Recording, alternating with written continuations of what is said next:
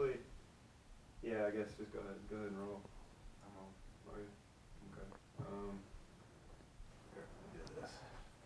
Just, I didn't get that on tape. why not?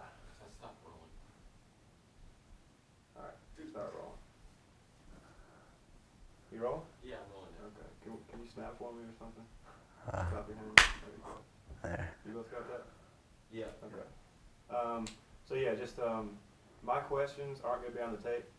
All right. So like everything that you guys say is gonna, if you could just say, just talk in complete sentence. Don't just answer it with you know, one word or whatever. All right. So how about introducing yourselves? Just what's your name, your relationship? What do you guys like to do? Judd, what about you? My name is Judd Watkins, born and raised in Wilmington, North Carolina by my mother and father, Pam and Bruce Watkins. All right, how old are you? I'm 17 years old and I'm a student at New Hanover High School. Right. I think we got that on the last interview out there at the beach before. What about you? I'm Bruce Watkins, also born and raised in Wilmington, North Carolina. Grew up surfing. Started kayaking and canoeing when I was whitewater kayaking and canoeing in college, and came back here and melded the two together. Yeah. So you actually grew up here. You're actually a true local then, huh? Yeah, I'm one of the very rare ones that grew up here. In fact, many people when they meet me say that I'm the first one that they've ever met from here. So you've seen a lot of changes then down here. Well, I was lucky enough to grow up in Paradise, and it's still a wonderful place. I'll tell you that. It's a great place, and I can understand why people want to move here, but we had it all to ourselves back when I was growing up, and lots of fish and oysters and crabs and very few boats and no traffic whatsoever. So I was very, very, very blessed. Yeah. There's a lot of boats. There's a lot of everything down here now. Yeah, that's for sure. Well, how long have you been surf kayaking? When I first started whitewater kayaking, I actually did a lot of surf kayaking, but I backed off because I mainly was surfboarding when I did it.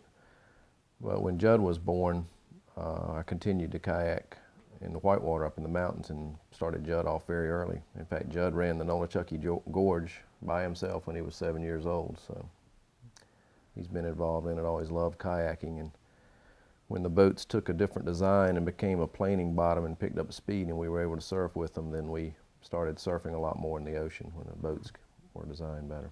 And how long ago was that? About 5 years ago, coming up on 6 years ago, started surf kayaking. That's like when boats were actually starting to be manufactured for? They weren't necessarily manufactured. Actually, it was Riot Kayaks started putting a planing bottom, and a planing bottom will plane off on a wave and go faster and won't turn sideways and just bounce in front of them like an RPM or one of the old tubular type designs from whitewater. They were geared for surfing on whitewater waves, and actually they were adapted well for surfing waves also, ocean waves. You had fins to them? Or? We did. A friend of mine and I are the great experimenters. We put fins on all sizes and shapes, and we're actually building surf kayaks now. We've got quite a few new designs that are turning out real well. My friend Ralph Beer is a genius. He's done a great job, and he's come out with the X5. I started with the X1, he built X2 and 3.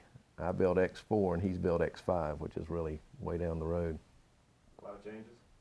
Yeah, changes as you go along and changes as you go, but he's screaming around the turns now and still keeping the speed up. So he's created a boat that's very affordable, and you can surf in the surf kayak tournaments now without paying a huge amount of money.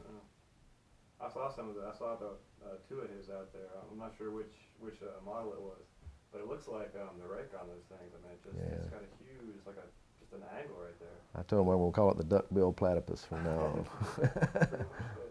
But what's that help you do with that huge angle up there? Well, go ahead. On bigger waves, sometimes we get big storm surf around here, and when you're dropping down on a real steep wave, just like dropping down on a surfboard or anything else you ride the waves on, you need a certain amount of rocker to keep from burying your bow in the wave and falling off of it. So the more rocker you have, usually the steeper drops you can take, and sometimes the rocker will affect the speed you have on the waves and how fast you cut back. All the different rails and the edges of the boat affect it. It's pretty like it was a steep angle. It's pretty impressive looking. Well, what we found is that it's very difficult in a kayak to shift back. On a surfboard, you can rock back on the wave and throw the nose up. But in a kayak, it's hard to do it. So what we tend to do is what I call corkscrewing down straight in. Sometimes you just pile drive down in there. But what this does is it keeps the nose very light, as you notice, and it also keeps it up. So when he turned, he never buried the nose today, which is a big plus. I wish we could see him out there. We pulled up and then we saw it, and I was like, that's a wooden boat. I guess it's trusted that. Yeah, that was pretty cool.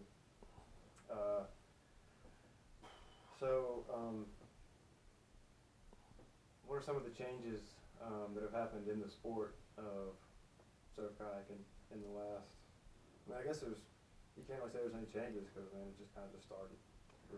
Well, trust me, it's phenomenal how many changes have been in the last 2 years. I have never seen a sport evolve as quickly as this one. It's an incredible sport, a great sport, a fantastic sport. And 2 years ago, we were in plastic whitewater boats, and now we're in these rocket ships down there that are just hauling up there and carving the lightweight fiberglass. 2 years ago, or last year, you'd see plastic boats in the surf tournaments. You'll never see them anymore. I mean, you can't compete because they're so slow. And the new designs that are coming out, there's one all the time. It's just, I can't tell you enough how much of a change it's been. And really, when we've competed internationally, you see the comparison between the East Coast and West Coast. And the East Coast has come along a lot faster. West Coast has had glass boats for longer and been competing internationally. In 1999, the East and West Coast competed separately for the first time in Rio de Janeiro, Brazil. And down there, East Coast had probably about half the team was paddling plastic boats. We were going up against teams like Jersey Channel Islands, and the West Coast that had all glass boats, and it was really hard to compete. But in 2001 at Santa Cruz, East Coast came out there with all glass boats, and were twice as competitive or more. Standing up. Does that piss other countries off that we got two teams out there? No, they're very happy. Surf kayaking is very interesting to me. It's a great camaraderie that you don't see in whitewater kayaking. You see more cutthroat, and in surfboarding. You go to a surf tournament and people want to run over you and cut you off and do all those things and snake you and do all those things. There's some snaking going on in kayaking also, but the camaraderie and the later evening and the pulling for each other and things like that have been really nice. It's been a big plus. I've been surprised how nice a group it is. Maybe because we're smaller, maybe because we're a little more intimate, but everybody pulls together and gets together and works these things. There's not a terrible rivalry. They pull for everybody. So they're tickled that we have more teams, and we're happy. We're happy that anytime a country puts out a team, it grows the sport. We're happy. How many countries compete right now on the international level? We had over a dozen in Santa Cruz, didn't we? It was, depends on where the tournament is. It's hard to get boats and cost and things like that. There are about 30 countries that have teams right now, but in any given world championships, it would be 12, maybe 15. I think it's 15. You'll see competitors and the individuals from all over the world. I mean, Brazilians, New Zealand, Spain, everywhere, just all varieties, Costa Rica even, but only about half of that number will have complete teams that will compete. But in the individual competition, there's really no telling how many different countries are going to enter. We heard there were surf kayakers in even Japan, but there are a lot of surf kayakers. But we didn't see any in Santa Cruz, so we they said they were going to come, but they didn't show up. But there are surf kayakers in almost every country in the world. But the teams, you have 12 members. You have juniors and women and men's, 2 different divisions. So it's hard to get 12 plus alternates to a tournament for, say, a lot of these countries that are trying to fight the high dollar values in the U.S. to come to Santa Cruz was difficult for them. And certainly Brazil was a difficult destination to get to. So, what do you think it is about Wilmington that attracts so many surf kayakers? There's a ton of you guys down here. I think again, it's a camaraderie. We have a group called Kayakers Anonymous that puts out emails and says when we're going, and we have a support group.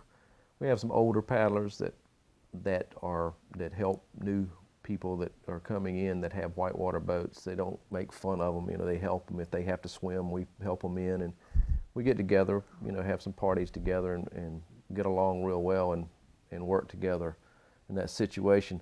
Why Wrightsville Beach? I don't know. I guess population-wise, It's a lot of geographical location.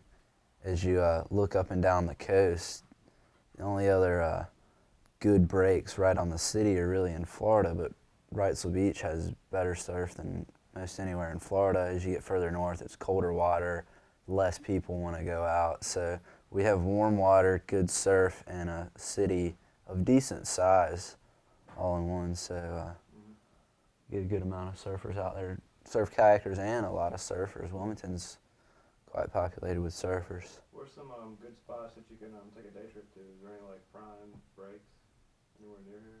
We can't tell you. We'd have to kill you. Yeah, secret spots. Obviously, Masonboro Island, which is no secret spot with the surfers or with the kayakers, when there's a northeaster, the swell wraps around the jetty out there and is protected by the wind a little bit, so you get some big, huge rollers. There's some cloud breaks off of Masonboro Inlet, and there's cloud breaks off of Rich's Inlet that are about half mile out in the ocean. When it's really going off, they're rolling in there. They're pretty awesome to see. You have to take a boat to get out most, or paddle out a tremendous amount. Shell Island's a great spot. Fort Fisher has a little mini steamer lane, opposite steamer lane around the rocks down there that creates a nice break, especially with a northeaster coming in there. And the normal spots, Crystal, we stay away from C Street where the surfers go, which is a great spot, but we don't paddle there. We get along real well with the surfers in this town. That's not the case in California, but I don't think anybody in California gets along with anybody. So, but we get along real well, and in fact, the Wrightsville Beach Longboard Association is going to judge the nationals here at Wrightsville Beach next year. The Surf Kayak Nationals? We're having the U.S. Nationals here at Shell Island next September 28th and 29th. Looking forward to that, and we're having surf judges to judge that. Another good thing about the breaks around here and the location is we have only half an hour away south-facing beaches like Long Island and Oak Island. You can always drive down to there if there's a north wind or something. It'll be offshore there, or you go north as the beach starts wrapping back towards Outer Banks in that direction. Atlantic Beach has good breaks if you want to travel, but we do have enough good breaks within a half hour of here that we hardly ever leave the area just to go surfing. So good geography and Super geography. Judd, exactly right. We don't take advantage of it, but if you look at the coast below the Cape Fear River, it's straight east-west, and so when there's a north wind, it's offshore down there, and it's only a half hour. We ought to be going down there. But we like to have fun. We'll put in at Shell Island and take out at Johnny Mercer's. We'll just ride the big rollers down the beach. Big storms Kayaks, come in, push you down. It's a lot down. of fun to do. Yeah.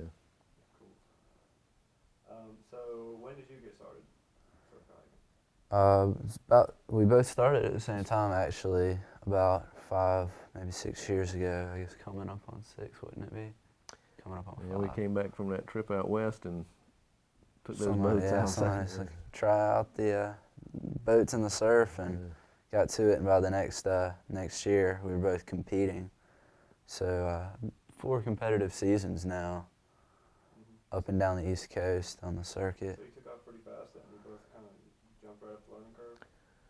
Well, Judd jumped up a lot quicker than I did, but he's got a little bit of advantage on me. I grew up surfing, and Judd surfs also. Bigger. But not as mean.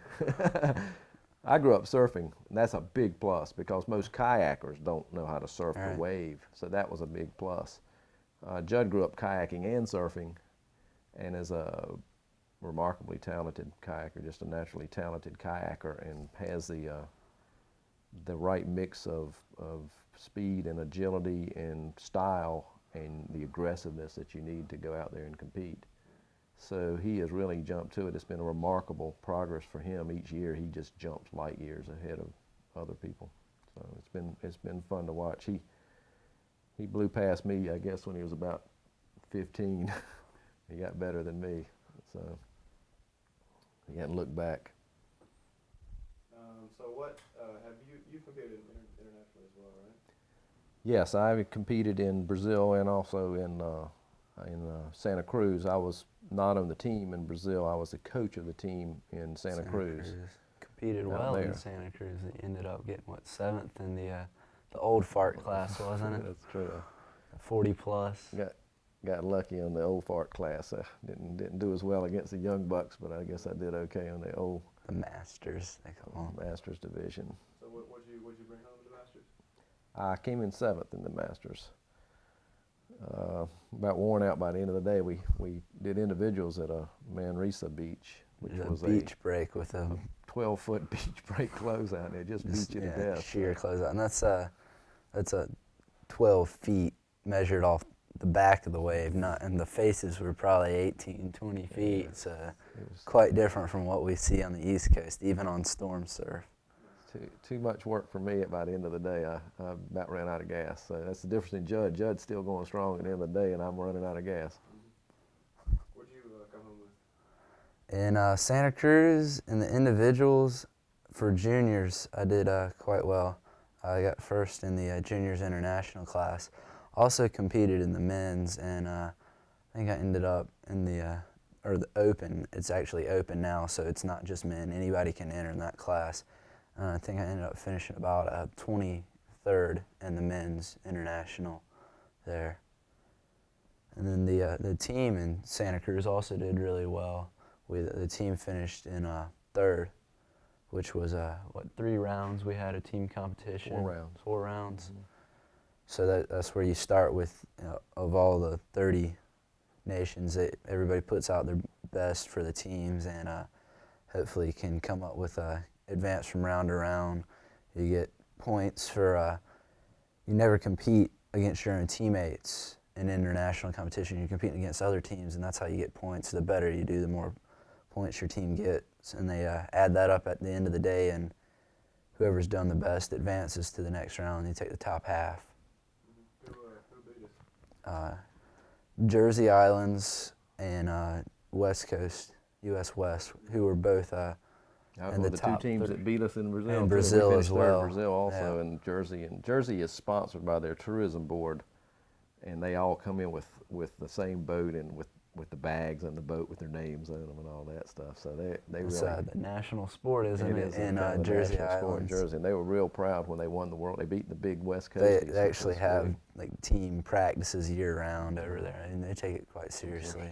So. But Judd competed as a man in our team event. He did not compete as a junior, and finished 1st or 2nd. Helped us go to 3rd place in that. Did a great job in that, and now everybody's scared to death of him at these next ones. So hopefully he's going to pull a coup and win it in the men's and the juniors. How's that sound? Be the first time.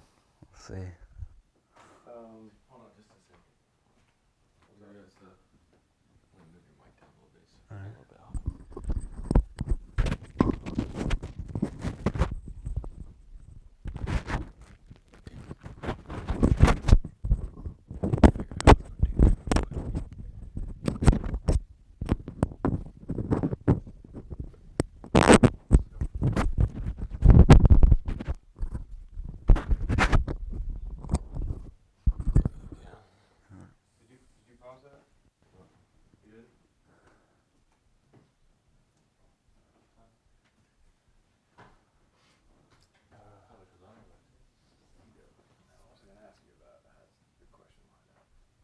Do you know any other father-son teams or kayak or anything? Strangely enough, no. I guess we're the only ones. At least internationally. Ralph and his son Bjorn competed on the East Coast, but neither of them ever tried out for the team. They probably could have made it, but Bjorn's in college now, so that's hard for him to compete internationally with school and all. So I didn't see anyone else in Brazil or I didn't think about or in Santa Cruz It was the father-son Pretty cool. deal. It is. Quite lucky.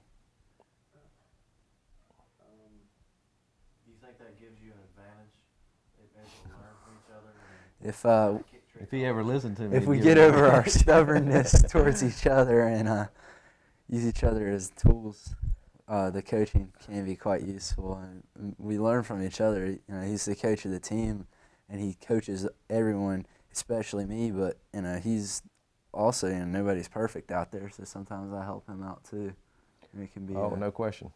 Judd makes suggestions to me. I think you want to do a certain thing, and I will tell everybody to stay out on the front of the boat when you make your carves, and I'll go back to the back sometimes, and he'll say, why do you tell everybody to stay out front when you're not doing it? And I'll get back up and I'll start surfing better. He makes excuses on his old age and everything like that. We know those aren't bad back. legitimate ones. I could list a million of them, but Judd's pretty good about listening. I think he respects my opinion when I tell him how he would look a little better. Judd has a unique style, and it's fun to watch, and I've tried to work with him on that style. But the carving and the leaning out over the paddle, if you've ever seen Judd paddle, you can know it's him when you see him out in the water, and that's what we're looking for. And the world champion now from California surfs that same way. So the reason they're winning tournaments is they have that sweeping, beautiful carving surfing style, which is what it's all about, and that's what we've been trying to work towards. I heard you had some dolphins jump over your boat one time. Oh, well, it was probably a couple years ago. We were out at Shell Island, and it was in the wintertime, and you know, a lot of animals come south to the warmer water in the winter. It's pretty cool when you see dolphins out there, and we were out surfing one day, and there just well over a dozen, probably 24 dolphins out there. But this was unique. It's the first time we've ever been out there. It was a phenomenal scene. Judd and I were the only ones out there, and the dolphins started surfing beside us, 2 at a time. They'd surf on either side of us in the wave. They were surfing the wave. I've like seen a them surf movie or bow something, waves yeah. in a boat when I'm out in a boat, but I've never seen them surf an ocean wave. And there was a big one, looked like a big male, was coming down to the right of Judd, and they were side by side going down there. And Judd did a big bottom turn in front of him, and I thought, oh my goodness, the thing's going to run right over him. And it just submerged, and it looked like it was going to hit him when he made that big bottom turn, and it arced up into the air. It's the most beautiful thing I've ever seen. Judd didn't see it because he was going down the line, but it arced up in the air and looked down at Judd and then landed on the other side. If I'd have taken a picture, you'd have said I superimposed the dolphin down there. It's the most phenomenal thing I've ever seen in my life. Real lucky to share that sort of thing down there. It's really neat. We've been down there when dolphins have, I don't know if they were mating or something, but the larger dolphins, I guess, would come up underneath the females and flip them, and they do 3 flips and stuff like that. It's just to blend a sport that you can be competitive in, that's a great exercise, that you get to surf, that you get to see this beautiful ocean and the beautiful sunsets and the beautiful sunrises and the birds and the wildlife and the dolphins down there, and to do all that together and to do it with your son. I mean, that's pretty tough to beat. It's a great sport. It's the greatest sport of all time. That sounds great. A lot of people speak about the spirituality aspects. Is that pretty much the extent of your spirituality out there, or does it go deeper? I'd say one good thing about surfing, for me at least, is stress relief. You know, you have a hard day at school or something, and you just feel like nothing's going right, and you get out on the surf, and no matter how bad you get the crap beat out of you and how big the waves are, you can just go out there, and all it takes is one ride, and you're like, wow, that was fun. It's I think it's worthwhile for that. Whitewater and surfing are both the same way, especially whitewater. You've had a bad day at work, but when you go down there and you're hitting that rapid, that class 5, you're not worried about work. You're not worried about your relationship with other people. You're worried about your relationship with your butt. And when you go down that rapid, same thing going down that line in the wave, because when they flip over and crash down under or close out on them, you're not thinking about anything else but how you get down that line and get away from that closeout, or how you're going to surf that wave. So yes, and certainly spiritual for me. I've always been a water-based person, and it's just, we're so lucky to live in this area that has this wonderful water places around here, and to have boats and all. I mean, Nothing more fun than messing around in boats. Exactly.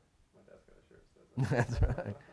You know what that's from? I think it's from the Water Rat and Wind of the Willows, I believe. Yeah. Messing, just messing with boats. So that's one of the big things that draws you to the sport. Then it's just the fact that you get to get out there and get in the elements and in nature. And Go out there and have heart attacks and this, that, and the other. oh, that's right. You speak of the spirituality. I think when you go out, wake up and watch the sunrise, and you're out there and the sun's coming up over the horizon, and you get to get wet, just get wet and ride a few waves, and then you come in at 8:30 and you go to work at 9 o'clock. But boy, what a great start to a day. I mean, it just sets the tone for your day where you just realize that all that crap doesn't need to get on you because you've got this wonderful place you can go and get away from it all. How would you contrast that with the image of surfers that the media used to have? I think the media might be coming around now, but the Spicoli, or even before that, beach blanket bingo, whatever that, Frankie and whoever that was, that whole image. There's some sort of a slacker image that kind of pervades the media. Well, I know a lot of perspective. Me, go ahead. I know a lot of my friends that surf, and I surf a lot in the summertime too, but a lot of my friends, it's like, oh, the waves are good, let's go out, forget school, this, that, and the other. And I can see why though. I mean, surfing's so much fun that sometimes you tend to forget about other things and you want to go out there like that. But it's not so much slacking, but wanting to go out and have fun. And a lot of people probably have that with other sports beyond surfing, but I don't know, Well, I think it's changed, and I think the attitude is changing. When I grew up surfing, you're right, there was a bad boy. We were skateboarders, we were surfers. It was a bad crowd, and you didn't want your kids to hang around with that crowd in there. The situation you've got now is a lot of us that grew up surfing now have children that are in high school. You see the longboarders, you see the premium people of Wilmington down at Shell Island, the accountants, the doctors, the rest of them, they're down there surfing, so you're not going to say that they're slackers. There is somewhat of a shortboard, longboard schism. We don't fight with the surfers, but the shortboarders kind of make fun of the longboarders, but that's that radical piece there. I don't know if you're ever going to get away from it because surfing appeals because you're out there one-on-one with the ocean and you're not in a team sport and you're not in this. Of course, we're in a team sport, right, which is kind of neat, and the camaraderie is very good, but there are a lot of people feel like surfing shouldn't be a team sport, or it should be a solitary piece that you should be able to go get your own break and commune with nature. And that's fine. I do that. I mean, I think it's great, but I also enjoy the people out there. So the kayakers are a little more social, although the longboarders tend to be a little bit social. So you don't like the shortboarders, then? well, it's I love not that we shortboarders. don't dislike them. I'm a shortboarder. I don't have any question. I'm just saying that they have a different attitude, and they don't like, they make fun of the longboarders taking a long time going down the line, and they're not carving and ripping it and doing all those radical things. It's just teach his own, you know. So there's different styles of kayaks. Right. That, we were talking to somebody who said that there's a certain style that's more like a shortboard and certain style's more like a longboard. Well, there's international class, which is basically set where everybody has a fair chance. You have these set rules. The boat has to be 3 meters long and has to be continuously planing. So you can't have some guy come out there in a boat that's going to be way fast or way more radical than anybody else. And usually those type of competitions and those heats will be who's got the best style and who's going out and paddling the hardest they possibly can will win. While high performance, no rules except for you can't have a spearhead on the end of your boat or something to hit other boaters with. That's a more individual style and radical, revolutionary type paddling where if you come up with something that it makes the crowd go ooh and ah, you're going to do better than. But you still have the same basic things. In surfing or surf kayaking, you still have to catch good waves. You still have to stay in the pocket of the wave right ahead of where it's breaking and use the wave as best you can for as long as you can. So. High performers, you can have fins, which make a little bit of a difference. They tend to be shorter boats and they tend to carve a little quicker. But we found that the international boats in many cases are the better boat for the wave conditions that day. Santa Cruz Steamer Lane, famous break, but it was better for the international boats because they have a little more speed and they can get down that line, and they're a little better on a sloping wave. The higher performance are nice on a real steep wave that you've got the clean, steep shoulder all the way down there. But we're finding it goes both ways. There's not that much difference. They're somewhat blending together. We're doing a rodeo whitewater division this year at the Nationals, which is the first time. And we're offering prize money, $5,000 prize money. First time prize money for a surf kayaking tournament. So we're pretty excited about that. It's going to be a real big one here. Are you guys both sponsored? He is my sponsor, actually. No, Judd sponsored, actually he's sponsored as a world champion. He's a mega sponsor. He gets everything, the life jackets, the paddles, the spray skirts, the helmet, the boat, the whole thing.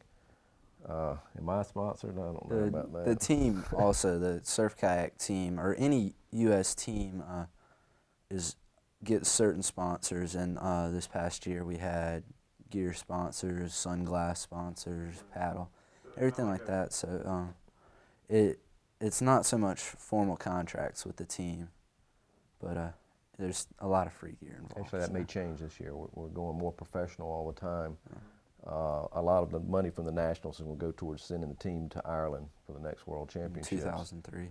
In 2003. So as far as sponsorships, I'd say it's getting up there close to what the surfing type sponsorships are, although we're not as big. Nobody's making $100,000 like some of the surfers are, although I'm sure only about 2 or 3 of the surfers are doing that.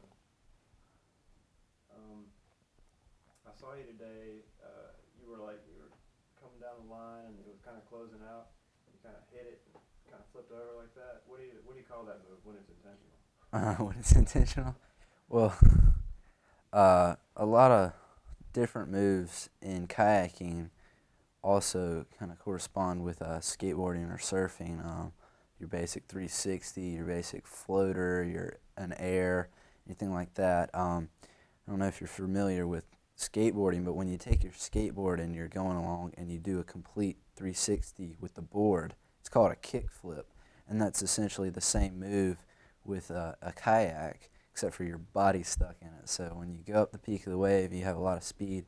You can use the lip of the wave to throw you down into.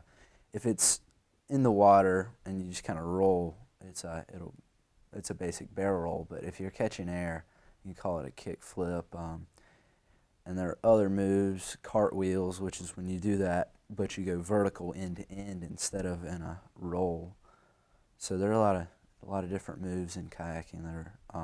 Some of them you can do in surfing as well. Some of them you can't. Some of you can do in whitewater boats. Some of them you can't. So it's got, I think, the best of both worlds. They're all fields, the tricks, and all the maneuvers. You seem like a pretty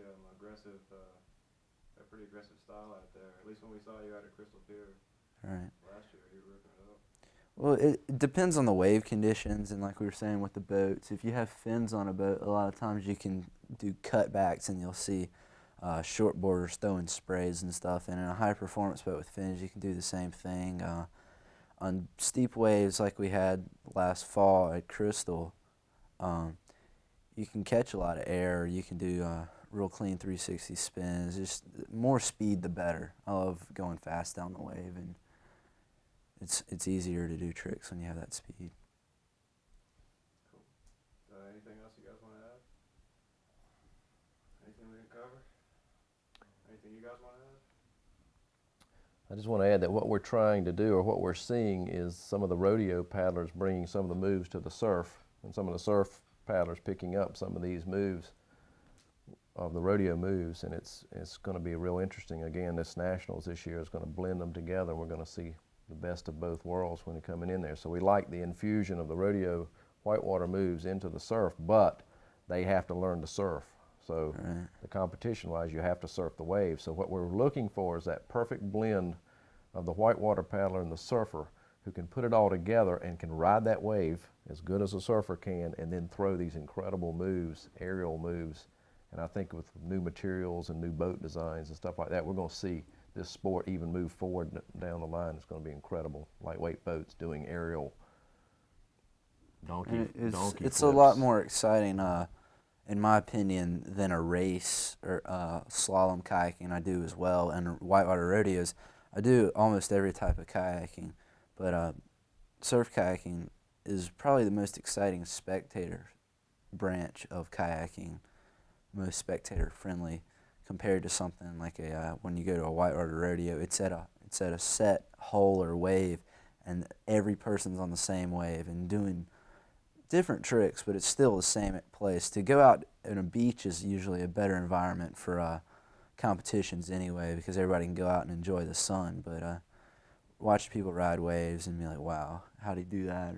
It's That's what surfing's all about. Perfect. Every wave is unique, and every wave you handle, you have to change and make adaptations, whereas if you go in a hole, you're just kind of doing certain moves. But that's what I think is great about surfing. Every day is different. Every wave's different. Everything is different when you go out there. And the challenge is great, and the variety is fantastic. All right. Well, thanks, guys. yeah.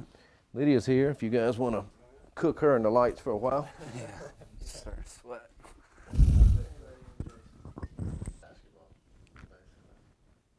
That's good. Yeah, anything's good. I haven't done much in the last 9 months.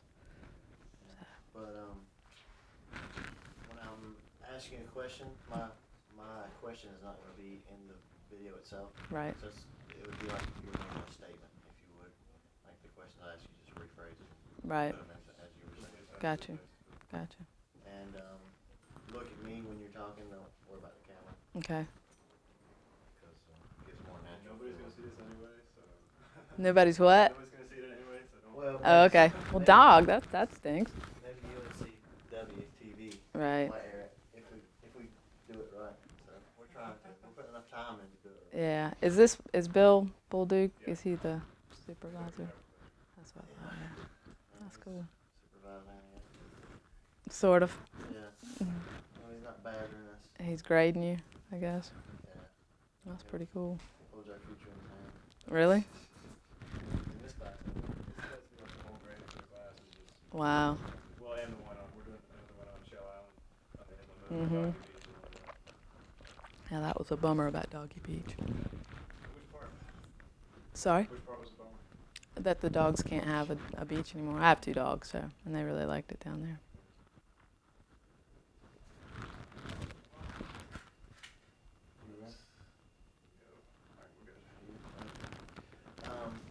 You first could just tell us your name Hmm. and just how you got in the sport of surf kayaking. Okay. My name is Lydia Fonville. I moved to Wilmington in 1994 and had been living in New Mexico, didn't have any water, had grown up as a swimmer, and was really happy to be back around the water, but it was wintertime. And I was actually at UNCW, and I saw that there was a roll class coming up with Rex Pringle. And I took it, and I turned out to be the only person in the class. So after about 2 hours, I actually knew how to roll, which was pretty exciting because I had taken a class at Chapel Hill when I was in school and never got it, but he was such an awesome teacher. And then strangely enough, the next day at my job, I met this girl who said, have you ever kayaked before? And I said, well, that's really strange. I just learned how to roll a kayak last night. And she said, well, I work at a store that sells kayaks. If you ever want to go kayaking, give me a call. And it turned out we lived in the same apartment building, so we started hanging out and went paddling with her several times. And then summer was coming up, and she said, my boss is looking for a kayak instructor. And I was going to school to become a teacher. And she said, being a teacher, you probably have a good chance. I said, well, I don't know that much about kayaking. And she said, nobody around here does. It's so new. So I went and talked to him, and he hired me as his kayak instructor. And I kind of taught myself for the first 2 years how to teach other people how to kayak. And then after a couple of years, actually went and took a class, became a certified instructor, and have taught kayaking now for about 6 or 7 years. Mostly just the really basic sea kayaking. But as fun, there was a whitewater boat at the store, and I said, I want to take that out in the surf because I'd seen people doing it. And she said, just take it. She was pretty easy with the boss. She got away with whatever she wanted to. So I took this boat and had it all summer. Never really took it back to the store. And every morning, I mean, every morning that whole summer, I'd go out. I didn't care if it was huge or small, or just go out and just get beat up. But it was so fun. As I heard the other guy saying, it's this adrenaline rush, and it's an incredible feeling just to get away from everything else that you have to think about. Because when you're out there, especially when it's big, you're so focused on, okay, what am I going to do, that everything else, every problem you have in the world just goes away. And I had no clue what I was doing, but it was so much fun. And I would always come out feeling so good, and it did. If you went out first thing in the morning, it set the tone for your day, and you would have a wonderful day. So I did it like that, and then we heard that there was a competition in Charleston at Folly Beach, and a bunch of us decided to go down and compete, and we all got killed. We were competing against a lot of rodeo boaters, and that was before the sport of surf kayaking really defined itself as a surfing sport. It was more of a rodeo kayaking in the surf. And I met a lot of professional women surfers, or professional women rodeo kayakers who in the surf, and they were great, and it was impressive. But we just kept coming back, and I never really thought I would ever win anything. I just wanted to get better and better. But as the boats changed, and actually a lot of the women who had originally been coming, had been coming to the events, quit coming because there was no money, and most of the events in the mountains were at least paying something. Usually your sponsor, if you're a rodeo boater, will give you X amount of dollars if you win first place in an event. But the younger ones started coming, and so I kept competing and started winning. And it was more, I think, the sport changed and the surfing element became more important. And the rodeo boaters would go out and they were confused why they didn't win. You know, they had done 6 cartwheels in a row down the face of a wave, and all I'd done in their mind was surf it, and they didn't understand. And I think it was frustrating for them at first, but a lot of the women who have come out year after year since then have learned and are incredible kayakers. I tend to have more experience in the surf, but I mean, that can certainly change. I've taken a year off and I haven't been in the boat much at all, didn't compete at all last year, and now I'm going to come back in September and compete against people who've been consistently going out there and doing it. So it's going to be real interesting to see how I fare against those people. Well, being a woman, do you notice that there's a influx of women coming into the sport, or is it kind of taking off a little bit slower than a lot of men get into the sport? Yeah, it's been real interesting to watch the men get better and better, and as you go to the competitions where it used to be, you know, three men knew what they were doing, and maybe 1 or 2 women knew what they were doing, to 20 men know what they're doing, and it is hardcore. Everybody's competing hard. They all have really good boats. But the women, it just has not stayed at a high level. Again, I think it's that the rodeo kayaking women continue just to stay up in the mountains because there's not a lot of money. I think this year at Nationals you're going to see something different since there is money on the circuit. You're going to see an influx of a lot better caliber woman surfer going out there to compete, and it's going to help the sport a lot. But it's been frustrating for me to go out year after year competing for 6 years, and you see competitors who are getting better and I'm getting better and we're going together, and they just kind of disappear, and then I have to start over against somebody else, and I keep getting better, but I keep having to compete against somebody who's at a lower level, whereas the men, just this huge group, has gotten better and better, and it's made their competitions much more interesting. Often I'll show up in an event and I'm the only woman and I have to compete with the men, which is actually fun for me because I get to, if I beat the men, it's fun for me. I don't know that it's that fun for them, but it's certainly happened. But hopefully it'll get better. At the international level, there's some really good women, but still, even at Worlds, there were a third, if not a fourth, of the women that there were men in the competition. Okay. Could you talk to me a little bit about? Could you just like kind of move your hair a little bit out of the mic? Just kind of spread it a little bit. Not too far, but. Could you talk to me a little bit about the town of Wilmington? What's the appeal of kayak surfing in Wilmington? And, about some of the spots that you could go and things like that. Wilmington's great because it's got a pretty good set of waves coming in on a consistent basis. Haven't surfed a lot of other places in North Carolina, but it seems like Wrightsville Beach will have surf on days that you go up to Holden's Beach or go down to Myrtle Beach and there's just nothing there. And we have such a wonderful group of people, a good 20 people or so who will come out on a regular basis, or at one point at least did, and made it so much fun because you did have a group of friends to go out with, and on days when it was really nice and you knew that you might be upsetting some surfers by being out there. If you had your own group of people, we could go and pick a spot and just kind of go off by ourselves, and then nobody really seemed to care. Whereas if you're the only surf kayaker out there, sometimes you feel like you're in the way. I've gotten to a point where I don't think the surfers mind me so much because they know I know what I'm doing, but I know that when they initially see somebody come out in a kayak, a lot of times they're like, oh no, this person's going to be in the way, and it's going to be frustrating. But Wilmington has wonderful breaks. Shell Island, I'm not sure how it's going to be after all this construction, but it's been a consistent break for us for the last 4 years. Crystal Pier's been good. Masonboro is always good if you have the time to go over there. So you have good breaks, wonderful group of people, beautiful water. It seems to be clearer here than anywhere else. I don't know why.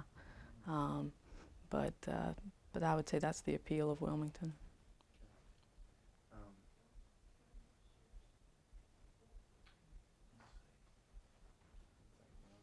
You got anything, Dave? I don't know, we could ask her something about, since you do know about shove, we could ask about inlet moves. I mean, what do you think about the inlet move? From talking to the surfers who have been here for 20 years and tend to know more about what the break has been like over the years, they've told me that it'll stay good at least for the next year, but eventually the sand's going to shift and the break's just going to go further off to the left, which is fine for the kayakers. It's not that hard to paddle out for us. It may have an effect more on the surfing community that they're going to have to paddle so far just to go and ride a wave. I'm not sure. Could you talk about all the actual pro kayak surfers we have here, all the internationally competing? Can you tell me about how I guess they come to collect here, or is it convenient? You mean the people in Wilmington who just happen to be on the team? Like, It just seems like there's a lot of surf kayakers down here. yeah, I think. A lot of high quality. Right, and part of that I think is that we have such a good group of people who have gone out consistently and competed in the sport. But it's not, I haven't seen people move here because we have a good group of surf kayakers. It just seems that people who are natural athletes who have been drawn to kayaking for one reason or another have found this group and have developed their skills by watching each other and listening to each other. It's just bizarre to me. I mean, Judd grew up here. I moved here for school. Stowe moved here because he got married to a girl who wanted to live here. It wasn't surf kayaking that brought any of us here, but it just happened to be a sport that we were all drawn to. And having somebody like Bruce to be the coach and to help you and tell you what you should try to do differently. I think most groups of friends who play a sport, they just go out and have fun and do the sport. There's not usually a person who's interested in making you better. It's an odd thing to have that, and we're very fortunate. Now, you were talking about when you go in competitions, how the women would start to keep up with you, and then they would drop off, and you'd have beginners basically that you were competing against again, and that was frustrating to you. Do you think that in some ways stunted or hindered your growth as a kayak surfer? Oh, absolutely. I mean, when I always kayak better when I'm competing. I will take chances in competition that I will not take just on a big day at Wrightsville Beach because I want to win. And if I know that the person who's out there competing against me is very good, I'll take even more chances. And it definitely pushes me to grow. If I had another woman surf kayaker in town who was right on par or up and coming and scaring me a little bit, I would go out more. I would compete harder. I'd probably work out harder. But when you know, I mean, you keep showing up and it's like, okay, I'm going to compete and I'm going to win, it doesn't feel like it means anything if you didn't have somebody who was there to push you. I really enjoyed the sport more when I was not very good and I would have to go and get beat, but I would learn something new every single time I went out. And I actually enjoy the times when I show up and there are no women and I have to compete with the men. And again, I don't think I compete as hard against the men as I would against a woman who was good, but still it kind of pushes you. If you keep advancing, you're like, oh, this is kind of cool. I want to make it to that next level, so I'm going to have to take chances that I wouldn't usually take. Yeah, we weren't really prepared for this. I know, I'm sorry. It's okay. I just came over to get a post hole digger, actually. But I'm glad that you were able to come over here. We've been trying to contact you. What Still have any questions in the app. That's right, the I know, it's cool.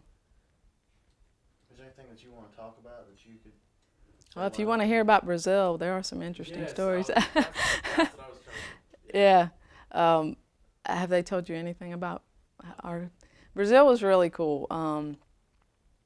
I guess in '98 we found out that the World Championships were going to be in Brazil, and everybody was really excited. We'd heard it was the exact type of break that we have in Wilmington, a beach break, but on a bigger scale, typically more like Hatteras.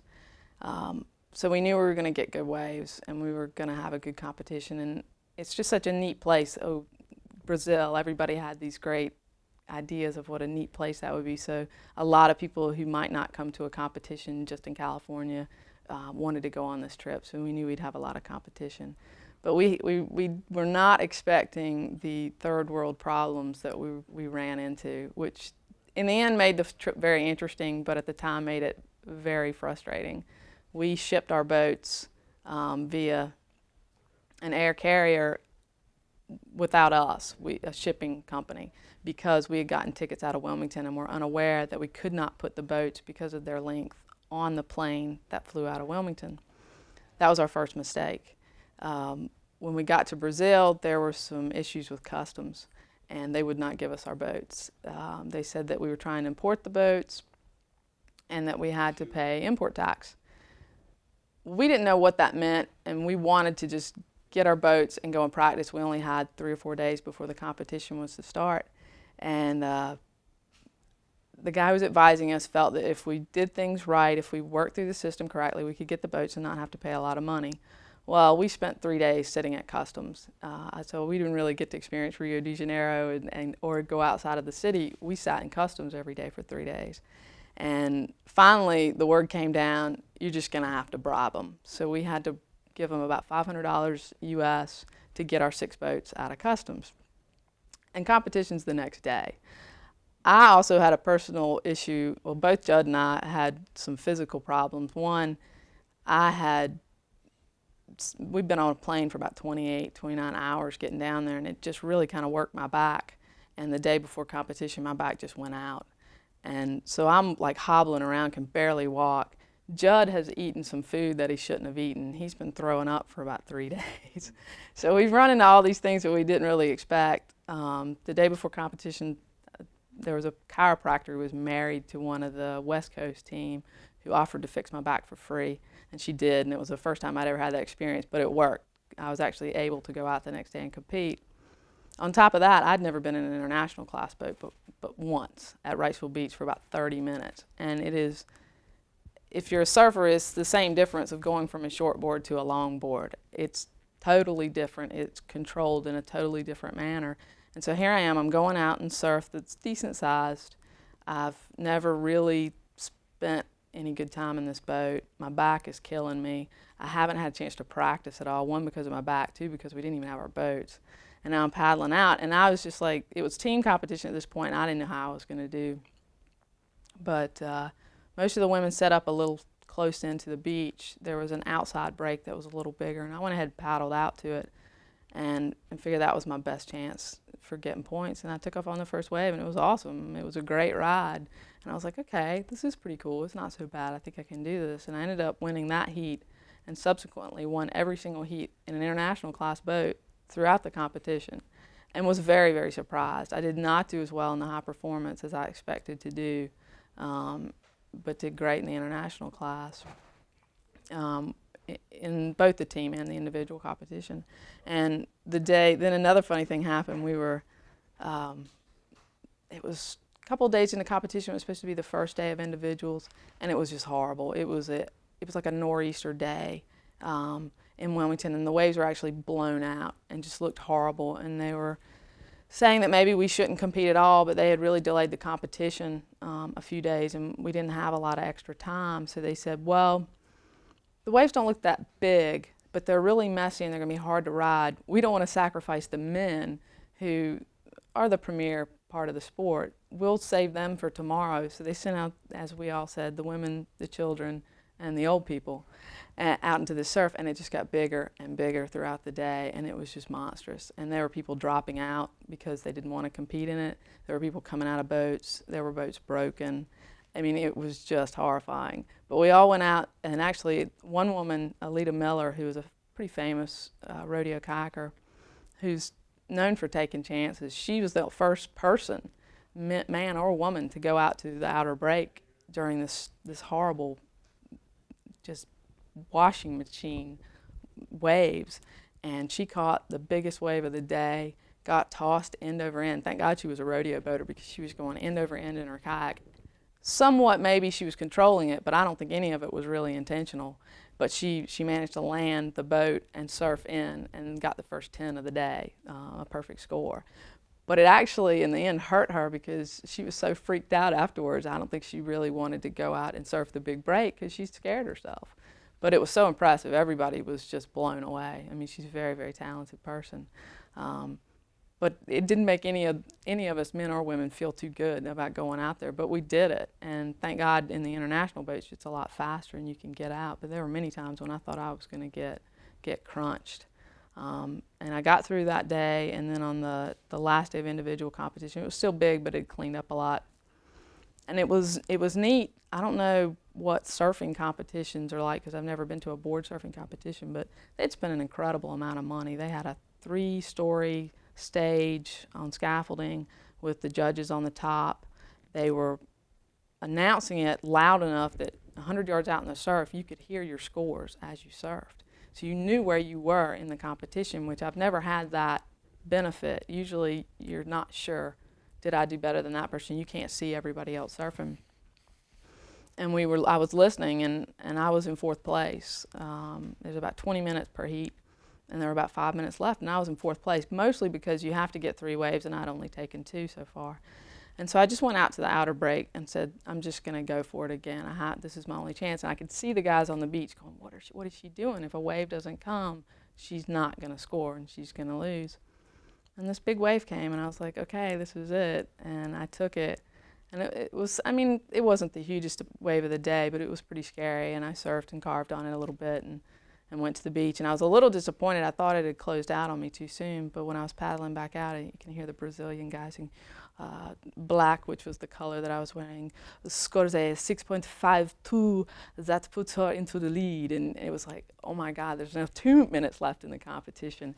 And I'm like, I just got to hold on and hope that nobody else gets a bigger wave. So I went back out to the outer one. I was going to take another big one if I had a chance, but it never came. But nobody else caught a wave. And in the end, I ended up winning the competition. But I knew it while you were out there, which was just so bizarre. They had really spent a lot of money on it. On this final day of competition on Sunday, they actually had their equivalent of like the CIA or the FBI was there to control it, to make sure that things went the way they wanted to, because the TV cameras were out there and stuff, and they were supervising.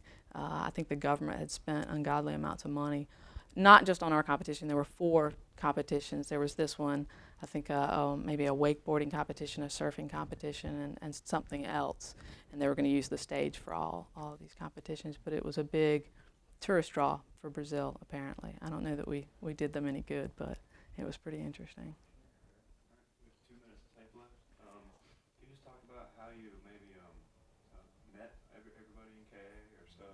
Yeah, actually, it was pretty funny. I was single when I moved here, and I was working at the store, and I just wanted to go out there and do this stuff, but I was a little bit scared, and I knew I needed people to kind of back me up, because if you come out of the boat, which at that time I was coming out of the boat quite a bit, it's kind of hard to carry the boat in yourself. So I would call up all these married men, because that's all the ones that were on the kayak list were married, and I'd have to talk to their wives and go, can your husband come out and play? I mean, I just want to go kayaking with him. And I know several of them came down to the beach to meet me, just to check me out. And I was like, I really just want to kayak. And so I met Ralph that way. I met Stowe from the store. Bruce I didn't meet until later. He was really doing more the river thing. And then one day we see this guy and his son out paddling, and met him that way. So, but it was fun getting to know everybody.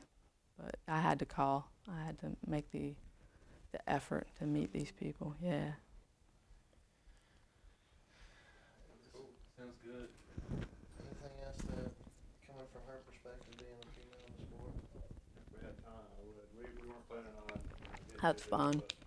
Thanks for the opportunity. That's cool.